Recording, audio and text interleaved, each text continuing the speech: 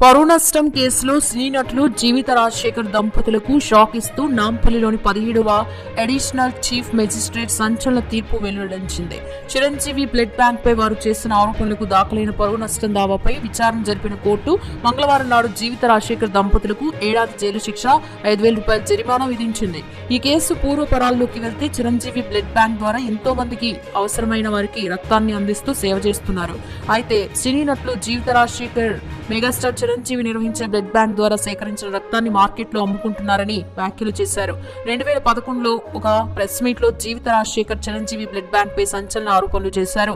ఇక వారి వ్యాఖ్యలను సీరియస్ గా పరిగణించిన సినీ నిర్మాత అల్లు అరవింద్ కోర్టుని ఆశ్రయించారు. చిరంజీవి పేరుతో ఎన్నో సేవా కార్యక్రమాలు కొనసాగుతున్నాయని, ఎంతో మందికి సహాయం దొరుకుతోందని, అటువంటి చిరంజీవి పరువుకి భంగం కలిగేలా జీవిత రాజశేఖర్ వ్యాఖ్యలు చేశారని ఆగ్రహం వ్యక్తం చేశారు.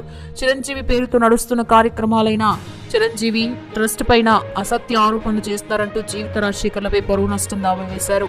వారు చేసిన ఆరోపణలకు సంబంధించిన వీడియో వచ్చిన కథనాలను సీడీ రూపంలో కోర్టుకి సమర్పించారు. దీంతో ఈ కేసుపై సుదీర్ఘ విచారణ జరిపిన కోర్టు నిన్న తీర్పును వెలువరించింది. జీవిత రాజశేఖర్ ఇద్దరికి ఏడాది జైలు శిక్షతో పాటుగా 5,000 రూపాయల జరిమానా విధించింది.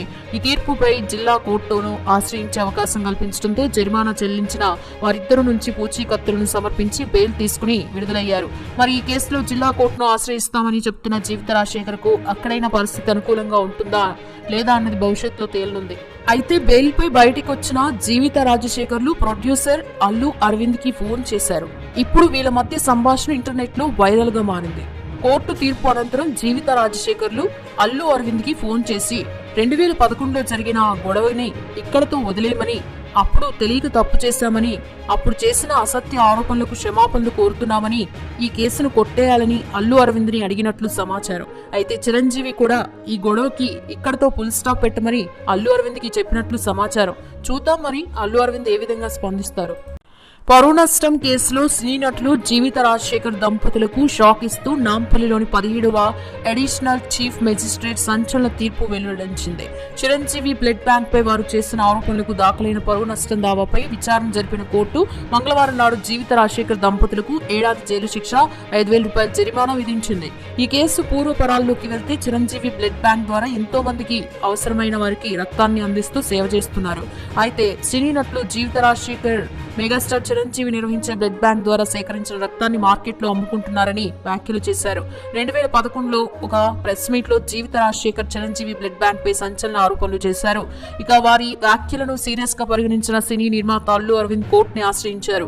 చిరంజీవి పేరుతో ఎన్నో సేవా కార్యక్రమాలు కొనసాగుతున్నాయని, ఎంతో మందికి సహాయం దొరుకుతోందని, అటువంటి చిరంజీవి పరువుకి భంగం కలిగేలా జీవిత రాజశేఖర్ వ్యాఖ్యలు చేశారని ఆగ్రహం వ్యక్తం చేశారు. చిరంజీవి పేరుతో నడుస్తున్న కార్యక్రమాలైన చిరంజీవి ట్రస్ట్ పైన అసత్య ఆరోపణలు చేస్తారంటూ జీవిత రాజశేఖర్లపై పరువు నష్టం దావా వేశారు. వారు చేసిన ఆరోపణలకు సంబంధించిన వీడియో వచ్చిన కథనాలను సీడీ రూపంలో కోర్టుకి సమర్పించారు. దీంతో ఈ కేసుపై సుదీర్ఘ విచారణ జరిపిన కోర్టు నిన్న తీర్పును వెలువరించింది. జీవిత రాజశేఖర్ ఇద్దరికి ఏడాది జైలు శిక్షతో పాటుగా 5,000 రూపాయల జరిమానా విధించింది.